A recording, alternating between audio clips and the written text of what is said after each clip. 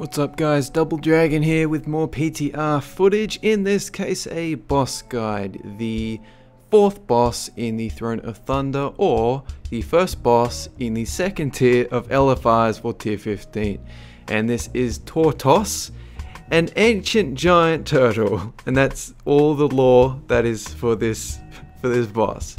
Literally, it's like the Thunder King just found some random turtle, shot it with like a lightning bolt, and now it's a boss. That's all you need to know. So, first of all, I'm not convinced that this boss does much of anything. He summons a few ads and some other deadly abilities. So, let's start off.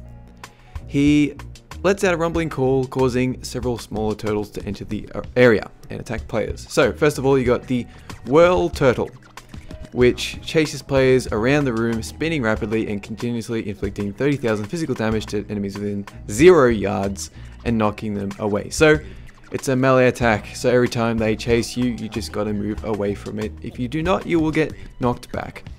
Shell Block. The turtle hides in a shell at low health, getting immunity to all damage. While in this state, turtle can be kicked across the room by players, applying shell concussions to any creatures it hits along the way. How unbelievably cool does that sound?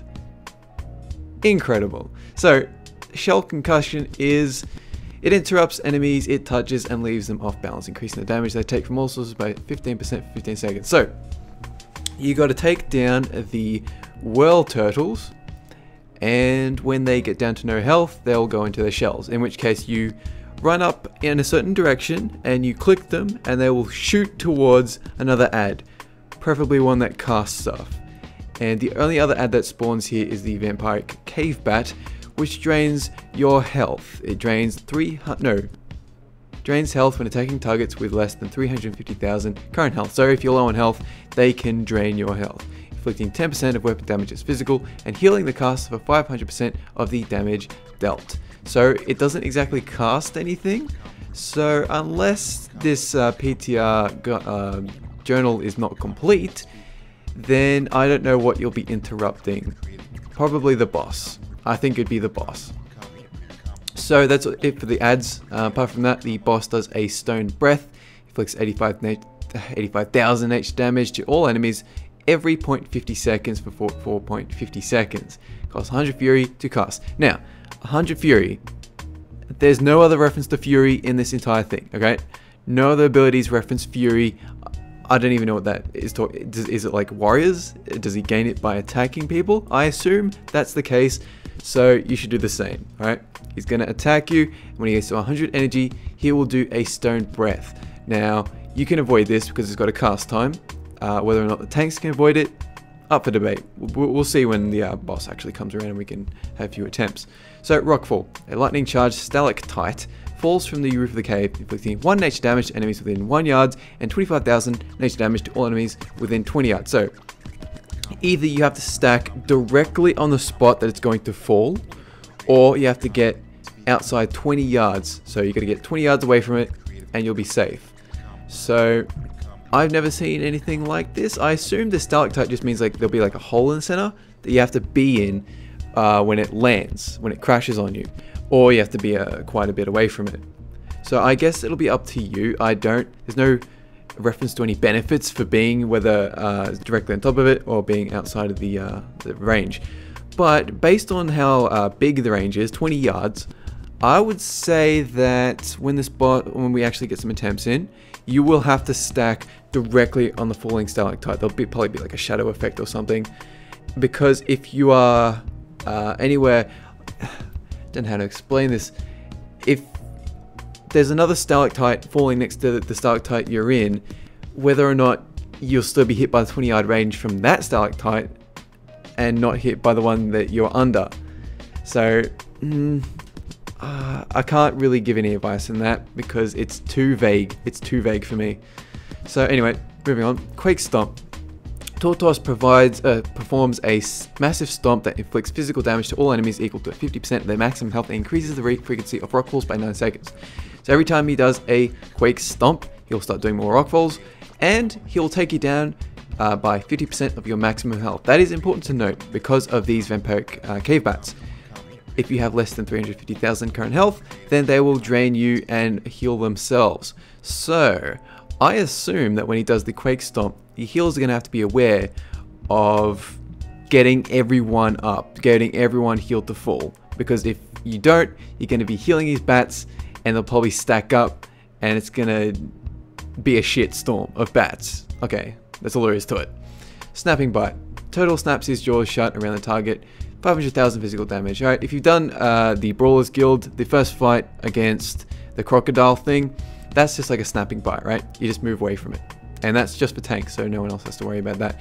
Now, this last ability, Crystal Shell. Alright, so it says here, heroic difficulty only. Now, bear in mind that I've got it selected as 10 normal, whereas you can go 10 heroic, 25 heroics, whatever. And it's still here. So, in that case, does that mean this ability will only happen if you do like a heroic version of the encounter, just like Ulduar, where you have to do a hard mode? Is this hard mode? Is that what it's talking about? I can't tell you. All it's saying is heroic difficulty. The crystal will... okay, so the crystal reacts when struck, encasing the attacker in a shell that absorbs all incoming damage and healing. So I guess you just find a crystal and then you attack it. Initially, the shell will absorb up to 100,000 damage, but healing absorbed by the shell is added to this total, up to a maximum of 500,000. The shell breaks when it cannot absorb any more. So you gotta damage the shell, you gotta have other players damage your shell, and have people heal your shell, I believe. And you have to do 500,000 damage. I'm pretty certain that is the case. So it's just like another mechanic. It's just something else to attack, something else to heal. There's nothing else to it, but it has got a healer alert. That's what this symbol means. So let us recap.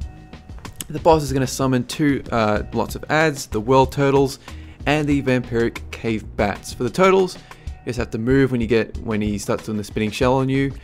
Whenever he does the shell block, you have to click him and aim for the boss. I believe you have to click him in the direction of the boss. Shell concussion, that will just make the target take more damage and interrupt them. Furious, no wait, the other ad. So the cave bats will, this is kind of vague, this one. It says 500,000 current health, inflicting 10%. So basically you just don't let anyone go under 350,000 health. I think that's all there is to it. I think you just have to burn them. I don't think there's any other mechanics involved there. So boss does a stone breath and you got to not get killed by that. And I think that's the one you have to interrupt, in all honesty. So when you see him get like 100 fury, you have to aim all your turtle shells at him. I believe that's how you do it. Rockfall, you get directly under it. I'm pretty sure that's how it works. Quake Stomp, everyone takes damage, you gotta heal through it. Snapping Bite, tanks move. Crystal Shell, optional.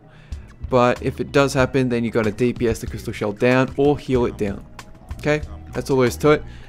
Stick around for more PTR guides and coverage. Have a good one, guys. See ya.